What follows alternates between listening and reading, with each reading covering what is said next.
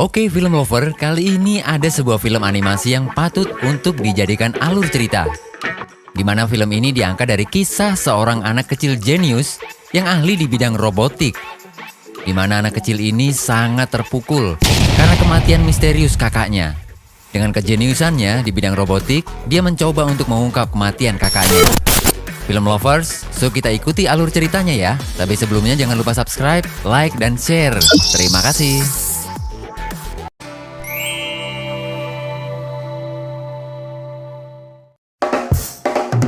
Kisah dimulai dari sebuah kota metropolitan Fransokyo, tepatnya di lorong jalan. Di situ para joki robot remote sedang mempertarungkan robot andalan mereka. Jagoan tak terkalahkan di kalangan itu adalah orang bernama Yama. Robot remote-nya selalu menjadi pemenang. Setelah semua dikalahkan, Yama mengatakan siapa penantang berikutnya dan tidak ada yang berani. Namun muncul seorang anak dari kerumunan, dia menantang robot Yama. Semua penonton tertawa meremehkan robot anak itu. Peraturannya, jika ikut pertandingan, maka harus ada uang yang disetorkan kepada bandar judi. Ya, anak itu bernama Hiro Hamada. Hiro punya uang untuk ikut bertarung. Dimulailah pertarungan robot remote itu. Sekali dua kali tebas, robot Yama langsung mengalahkan robot milik Hiro Hamada. Semua tertawa meledek. Yama menyuruh Hiro pulang, namun Hiro memaksa bertarung lagi. Akhirnya pertarungan dilanjutkan. Kali ini berbeda, robot milik Hiro menunjukkan kehebatannya. Dengan kecanggihannya, robot Hiro dengan mudah menghancurkan robot Yama. Dan Hiro pun mengambil uang taruhan itu. Namun Yama nampak marah dengan kekalahannya dan menyuruh para preman menyerang Hiro. Bersama dengan itu, tiba-tiba ada skuter datang menolong Hiro. Penolong Hiro tersebut adalah kakak Hiro bernama Tadashi. Akhirnya Hiro dan Tadashi berhasil melarikan diri. Namun taruhan pertarungan robot adalah perbuatan melanggar hukum. Dan polisi menangkap Hiro dan Tadashi. Hiro dan Tadashi dimasukkan ke dalam sel. Namun kemudian mereka berdua dikeluarkan dari sel polisi oleh bibi mereka bernama Bibi Cash. Sesampainya di rumah, Hiro malah melihat lokasi pertarungan robot lagi. Hal tersebut dicegah oleh Tadashi. Tetapi akhirnya Tadashi mau mengantar Hiro ke pertarungan robot. Dalam perjalanannya, ternyata Tadashi malah menuju kampusnya bukan ke pertarungan robot. Hal tersebut membuat Hiro kecewa. Hiro dan Tadashi masuk ke lab di kampus tersebut. Ternyata di dalam lab sains banyak sekali prototipe robot. Hiro nampak sangat terkagum-kagum dengan kehebatan robotik di lab itu. Tadashi memperkenalkan adiknya kepada Gogo. Gogo yang menciptakan sepeda dengan suspensi elektrik. Kemudian Tadashi memperkenalkan Hiro kepada Wasabi. Wasabi sedang menciptakan alat laser pemotong. Hiro juga bertemu dengan Honey Lemon yang melakukan percobaan kimia yang sangat dahsyat. Terakhir, Hiro bertemu dengan Fred. Fred bukanlah mahasiswa di kampus itu, namun dia penggemar ilmu sains. Kemudian Tadashi menunjukkan kepada Hiro tentang proyek yang tengah dikerjakannya. Ternyata Tadashi sedang mengerjakan robot kesehatan yang mampu mendeteksi sakit dan kecemasan pada manusia. Robot itu bernama Baymax. Bentuk Baymax yang lucu dan gendut itu memiliki kemampuan untuk mendeteksi orang sakit dan tingkat stres pada manusia. Tadashi menunjukkan kepada Hiro bagaimana dia memprogram robot Baymax dengan chip yang dimasukkan ke dalam tubuh robot. Kemudian ada seorang profesor kampus yang masuk ke ruang Tadashi. Profesor tersebut bernama Robert Callahan. Profesor itu melihat robot ciptaan Hiro. Profesor Callahan menceritakan kehebatan kampusnya kepada Hiro. Akhirnya Tadashi dan Hiro pulang ke rumah. Melihat semua itu, Hiro sangat gembira dan bertekad masuk kampus kakaknya tersebut. Karena keinginan kuat Hiro untuk masuk kampus Tadashi, Hiro ingin ikut pameran sains dan robot, di mana pemenangnya akan bisa masuk kampus secara otomatis. Hiro mendapatkan ide untuk pameran itu, yaitu memperbanyak jumlah robot yang dimilikinya. Setelah berhari-hari mempersiapkan diri, tibalah waktunya acara pameran robot dan sains itu. Dibantu oleh teman-teman Tadashi, Wasabi, Honey Lemon, Fred, Bibi Cash, dan Gogo, Hiro nampak tidak percaya diri mengikuti pameran dan lomba itu. Namun ketika giliran untuk tampil, Hiro mampu membuat seisi gedung terkagum-kagum. Robot yang dinamakan Microbot itu membuat sebuah pertunjukan yang luar biasa. Segenap seluruh gedung memberikan tepuk tangannya. Seorang investor dan pemilik perusahaan Cray Technology menginginkan Microbot milik Hiro dikembangkan di perusahaannya. Investor tersebut bernama Alastar Cray. Alastar sangat tertarik dengan teknologi mikrobot dan berencana untuk memberikan uang yang banyak kepada Hiro jika setuju. Namun niatan Alastar Kray dihalangi oleh Profesor Robert Callahan. Robert Callahan tampak tidak suka pada Alastar Kray. Akhirnya Hiro memutuskan untuk tidak menjual mikrobotnya. Dan pada saat itu juga, Profesor Callahan memberikan surat penerimaan mahasiswa bagi Hiro. Hiro bersama seluruh temannya bersuka cita. BB Cash dan teman lain pulang terlebih dahulu. Tadashi dan Hiro sedang berbincang-bincang di luar gedung. Di tengah perbincangan tersebut, tiba-tiba terjadi kebakaran hebat di gedung pameran. Dan Profesor Callahan terjebak di dalamnya. Tadashi berusaha menolong Profesor Callahan. Hiro mencegahnya. Namun Tadashi memaksa tetap masuk ke dalam gedung. Dan boom! Gedung tersebut meledak ketika Tadashi berada di dalam gedung itu. Kemudian diketahui bahwa ada korban meninggal di kebakaran itu, yaitu Profesor Callahan dan kakak Hiro, Tadashi. Semua mahasiswa dan kalangan kampus berduka. Begitu juga di rumah BB Cash. Suasana duka yang mendalam terjadi. Nampak seluruh teman Tadashi hadir di rumah duka. Hiro sangat terpukul dengan kehilangan kakak tercintanya, Tadashi. Hari berlalu, Hiro tetap terpukul dan mengalami kesedihan yang sangat luar biasa. Tanpa sengaja, Hiro tersandung. Kakinya sakit dan berteriak kesakitan. Ternyata teriakan itu membangunkan robot Baymax yang merupakan ciptaan Tadashi. Robot itu seperti biasa, sedang melakukan tugasnya menganalisa rasa sakit dan kecemasan dari Hiro. Di saat itu, Hiro tidak sengaja menemukan mikrobotnya dulu, di mana mikrobot itu sedang bergerak sendiri. Menurut Hiro, mikrobotnya itu hanya bergerak jika sekumpulan lainnya juga bergerak. Padahal mikrobot lainnya ikut hancur ketika terjadi kebakaran gedung kampus yang lalu. Kemudian Baymax menganalisa pergerakan mikrobot. Akhirnya, Baymax mencoba untuk mengikuti arah mikrobot tersebut. Baymax berjalan sesuai petunjuk mikrobot dan Hiro mengikutinya dari belakang. Baymax terus berjalan cukup jauh sampai berhenti di sebuah gedung kosong. Hiro penasaran dan kemudian masuk ke gedung itu. Dan betapa kagetnya Hiro, ternyata ada yang memproduksi dan memperbanyak mikrobot ciptaannya itu. Jumlah mikrobot yang diproduksi begitu banyak dan dikendalikan oleh seorang bertopeng. Kemudian orang bertopeng itu menyerang Hiro dan Baymax. Kontan saja Hiro lari keluar gedung. Akhirnya, Hiro dan Baymax berhasil keluar gedung tersebut. Setelah tiba di kamarnya, Hiro mulai mencurigai apa yang terjadi. Bagaimana bisa ada seorang membuat mikrobot?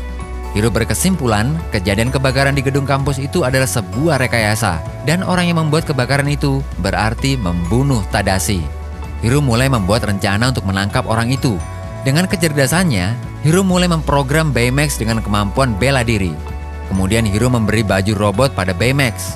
Baymax pun menjelma menjadi robot dengan kemampuan bela diri karate. Saatnya melakukan aksi untuk menangkap orang misterius itu bersama Baymax. Hiro mendatangi gedung kosong pertama kali dia diserang oleh mikrobot. Ternyata gedung itu kosong. Kemudian mereka berdua menuju sebuah pelabuhan. Nampak dari kejauhan, munculnya manusia bertopeng itu dengan jutaan mikrobot. Hiro dan Baymax bersembunyi dan bersiap untuk menyerang. Tiba-tiba kawan-kawan Tadashi datang. Mereka ingin bertemu Hiro. Tiba-tiba tidak disangka muncullah manusia bertopeng dan mikrobot menyerang. Wasabi mengajak Hiro melarikan diri. Baymax pun bisa dikalahkan. Akhirnya terjadi kejar-mengejar antara mobil Wasabi dan manusia bertopeng. Hiro menjelaskan apa yang terjadi, bahwa mikrobot ciptaannya telah ditiru oleh orang manusia bertopeng itu. Kemudian dalam aksi kejar-mengejar itu, mobil Wasabi jatuh ke dasar laut dan manusia bertopeng tersebut meninggalkan Hiro dan kawan-kawannya. Untungnya ada Baymax yang menolong mereka. Masih dalam keadaan basah kuyup, Fred mengajak seluruh kawannya dan Hiro juga menuju rumahnya. Tak disangka ternyata Fred adalah seorang anak yang sangat kaya sekali. Dan ketika memasuki kamarnya, Fred menunjukkan banyak mainan monster miliknya. Kemudian Hiro menggambarkan sesuatu logo yang dilihatnya. Adalah logo bergambar burung terbang. Namun Wasabi, Gogo, juga Honey Lemon tidak mengetahui logo apakah itu.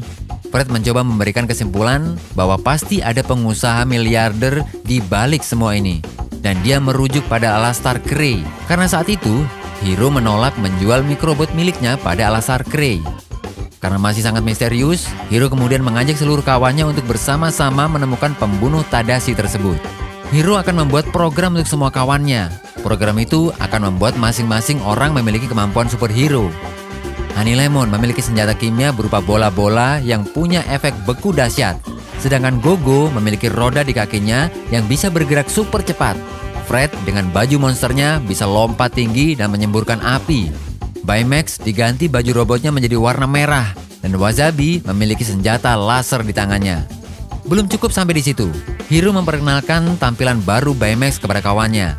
Baymax memiliki senjata di tangannya. Kemudian Baymax sekarang bisa terbang sangat tinggi.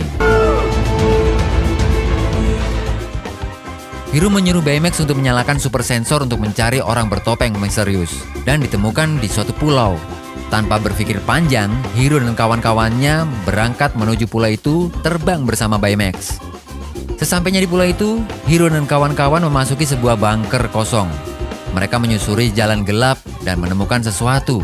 Sebuah bongkahan peralatan yang nampak rusak, lama, dan tidak dipergunakan. Hiro melihat ada logo burung terbang dalam bongkahan itu. Karena merasa curiga, mereka memasuki ruang CCTV dan menemukan video Alastar Krei.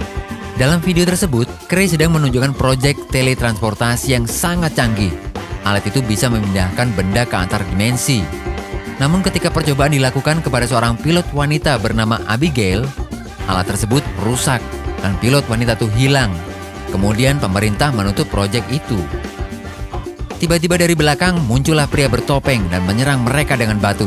Sekejap, Hiro dan kawan-kawan tertimpa bongkahan batu. Namun, sekali lagi, Baymax menyelamatkan mereka.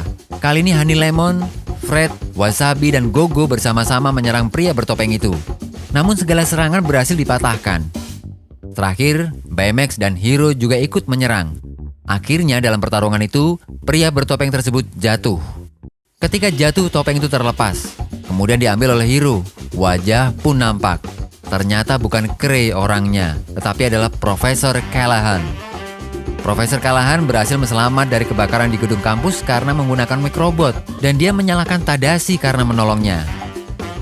Mendengar kata-kata itu, Hiro marah besar dan menyuruh Baymax untuk menghancurkan dan membunuh Profesor Callahan. Hiro mengeluarkan chip program Tadashi. Baymax pun mengamuk, Wasabi, Gogo, Fred, dan Honey Lemon mencoba mencegahnya. Namun Baymax terlalu kuat. Tetapi topeng kembali bisa direbut oleh Profesor Callahan. Dan Profesor Callahan melarikan diri. Hiro menyuruh Baymax untuk menembak Profesor Callahan. Ketika akan menembak, dengan cepat Honey Lemon kembali menancapkan program Tadashi ke dalam tubuh Baymax sehingga urung menembak Profesor Callahan. Hiro marah kepada semua kawannya karena tidak membantunya membunuh Profesor Callahan. Hiro kemudian meninggalkan semua kawannya itu. Hiro balik lagi ke garasi labnya untuk memperbaiki Baymax dan berencana tetap akan mencari Profesor Callahan. Tiba-tiba Baymax memperlihatkan video Tadashi pada masa hidup. Hiro terenyuh hatinya sehingga kemudian menyadari kesalahannya. Di saat momen itu, kawan-kawan Hiro datang dan memaafkan tindakan Hiro yang emosional tadi. Namun mereka tetap bertekad untuk menangkap Profesor Callahan. Honey Lemon merekam semua video CCTV dalam flash disk dan berhasil diungkap bahwa proyek Krei yang gagal tersebut melibatkan putri Profesor Callahan yang bernama Abigail. Disimpulkan, Profesor Callahan akan melakukan balas dendam kepada Krei. Di adegan lain, Krei sedang meresmikan kampus barunya bersama perusahaan Krei Industri. Tiba-tiba dari atas gedung, Callahan bersama mikrobotnya muncul menangkap Krei.